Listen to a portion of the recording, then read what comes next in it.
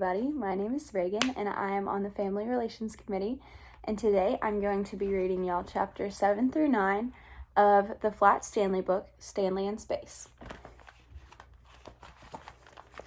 Chapter 7, President Ott's Story.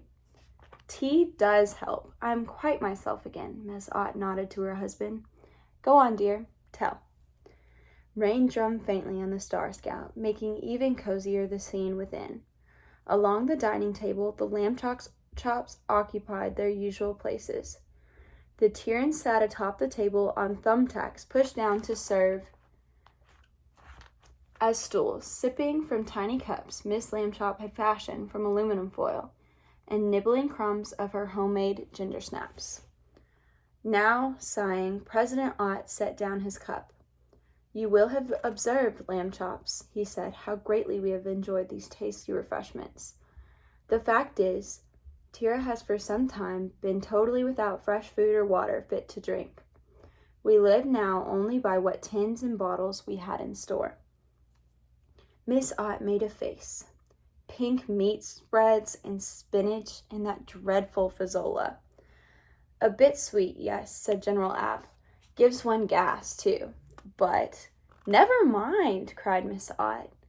President Ott continued, the cause of our tragedy, lamb chops, was Supergrow. An invention of Dr. Epp's. Supergrow, Epp promised, would double our crops, make them double size, double delicious as well. A great concept, he said. We scientists, said Dr. Epp, dream larger than other men. For 3 days, at the Science Center, President Ott went on, Epp grew his Supergrow. Great smelly vats of it, enough for the whole planet. But then, oh no, Tyrion will never forget that 4th day. I myself was strolling through Uck's Park. How beautiful it was, the trees and grass so green, the sky. Green, said Arthur, but everything's brown here, not green. A mishap, murmured Dr. Epp, with the Supergrow. Mishap, barked General App. The stuff exploded, Epp, all over the place. Well, nobody's perfect, Dr. Epp hugging his head. All those huge vats, lamb chops, President Ott continued. Boom! One after another. Shattered windows, blew the roof off the Science Center. No one hurt, thank goodness, but great clouds of smoke darkening the sky. And then, such dreadful luck, it began to rain, a tremendous rain, mixed with the smoke, falling all over Tira, into the river, onto every field and garden, every bit of greenery. Rising from his thumbtack, he paced back and forth across the table. When the rain stopped, there was no green, none, just brown. Worse, Epp's test proved that our water was undrinkable, and that nowhere on Tira would anything grow. I broadcast at once to the nation. Do not despair, I said. Tira will soon recover. Oh, good, Mr. Lambchop said. President Ott shook his head. I lied. I couldn't tell the truth for fear of causing panic, you see.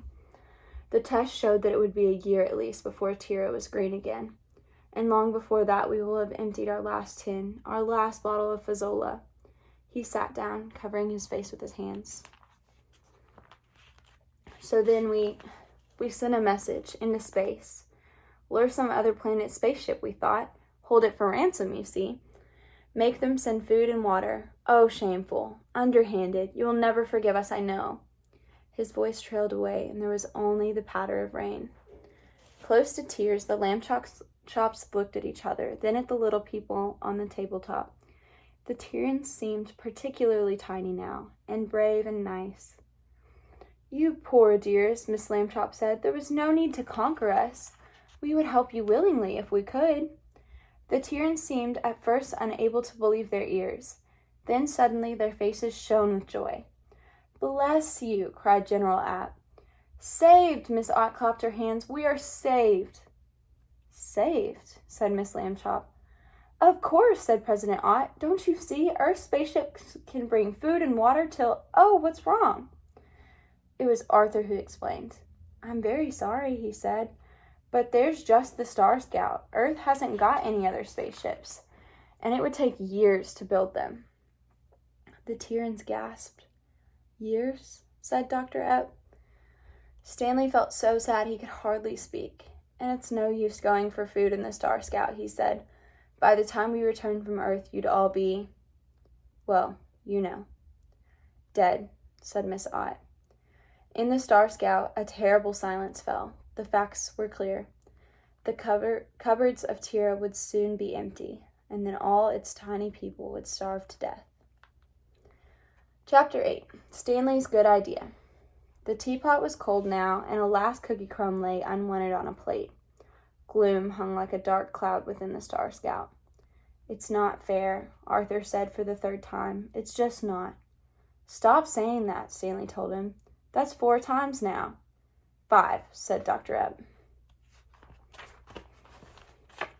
General App tried to be cheerful. Ah, well, still some tinned meat, eh? And plenty of grape fazzola. Much to be thankful for.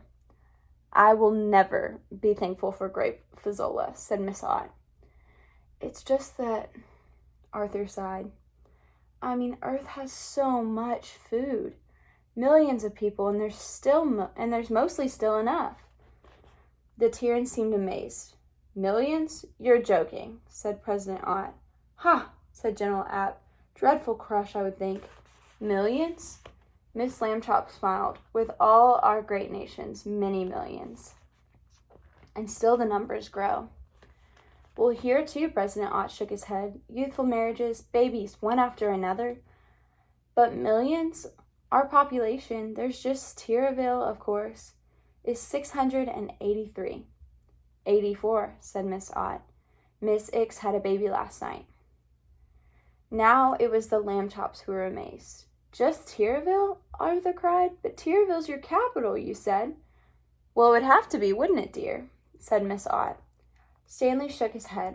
On the whole planet, only 684 Tyrans? Gosh, I'll bet. Wait! An idea had come to him.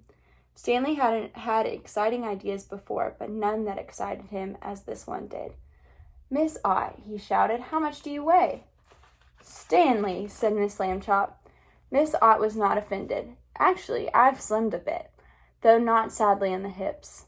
I'm 6 ounces, young man. Why do you ask? The words rushed out of Stanley, because if you're average, only children would be lighter, then all of the Tyrans put together would weigh, let me figure this out, less than 300 pounds, said Mr. Lambchop, who was good at math. Though I don't see. Then he did see. Oh, good for you, Stanley. The lad's bright, we know, said General App. But what? General, said Mr. Lambchop, summon all Tyrans here to the Star Scout. Fetch what remains of your tinned food and grape fazzola. Perhaps Earth can be your home till Tira is green again. Chapter 9. The Weighing. From each little house on each little street the Tyrans came, every man, woman, and child, even Captain Ick with a guard from the jail. The rain had stopped, and the evening light shone gold on the brown field in which the tiny people stood assembled. President Ott addressed them. Fellow Tyrans, I must confess that your government has deceived you. The truth is, it will be at least a year before our fields and streams are fit again. Cries rose from the crowd. We were lied to. Lordy, talk about bad news. We'll starve. Shoot the scientists. Wait, said President Ott. We are offered refuge on Earth if the voyage is possible. Pay attention, please. Stepping forward, Mr. Lambchop read aloud from the booklet that had come with the Star Scout. Your spacecraft has been designed for safety as well as comfort. Use only as directed. He raised his voice. Do not add weight by bringing souvenirs aboard or by inviting friends to rise with you. Cries rose again. That did it. We are not souvenirs. He said no friends either, stupid. We've had it, looks like. Mr. Lambchop raised his hands. There is still hope, but you all must be weighed. Also the supplies you would require for the trip. The Star Scout's bathroom scale set down in the field proved too high for the Tyrans, and the weighing was briefly delayed until Arthur, using the Monopoly board, made a ramp by which they could easily mount. General App barked orders. Right. Groups of 20 to 25, families together, and don't jiggle.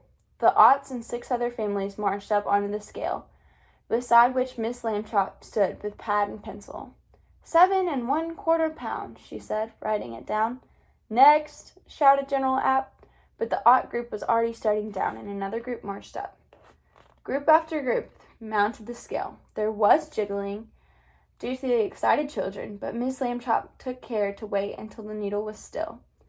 Within an hour, the entire population of Tira had been weighed, along with its supplies of tinned food and fazzola, and she added up.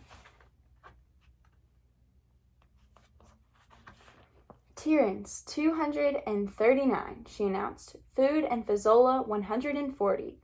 Total, 379 pounds. Are we saved, or are we too fat? Came a cry. Too soon to tell, Mr. Lambchop called back. We must see how we can lighten our ship. A good start was made by discarding the Star Scouts' dining table and one steel bunk, since Stanley and Arthur could easily share. Then out went Stanley's tennis balls, extra sweater, and his chief pilot zip jacket with the American flag. Out went Arthur's knee socks, raincoat, and a plastic gorilla he had smuggled aboard. Mr. and Mrs. Lambchop added their extra clothing, lamps, kitchenware, the Monopoly game, and at last the posters of Mexico and France. The crowd stood hushed as the pile was weighed. Somewhere a baby cried, and its parents scolded it. 377 pounds, Miss Lambchop announced. Oh dear, she whispered to President Ott. 2 less than we needed. I see, President Ott, after a moment's thought, climbed up onto the scale. Good news, Terrence, he called. Almost all of us are saved. Cheers went up, and then someone shouted, What do you mean, almost all? We weigh, as a nation, a bit too much, President Ott exclaimed, but only 4, if largest, need stay behind. I shall be one. Will 3 more volunteer? Murmurs rose from the crowd. That's my kind of president. Leave Ick behind. How about you, Ralph? Ask somebody else, darn you. The matter was quickly resolved. I won't go without you, my dear, Miss Ott told her husband, and Captain Ick, hoping to regain popularity, announced that he too would remain. General App was the 4th volunteer. Just an old soldier, ma'am, he told Miss Lambchop. Lived a full life, time now to just fade away, to... Hey, wait, Arthur pointed to the scale. We forgot that. We can leave the scale behind. Now nobody has to stay. And that's the end of those chapters. Thanks, y'all.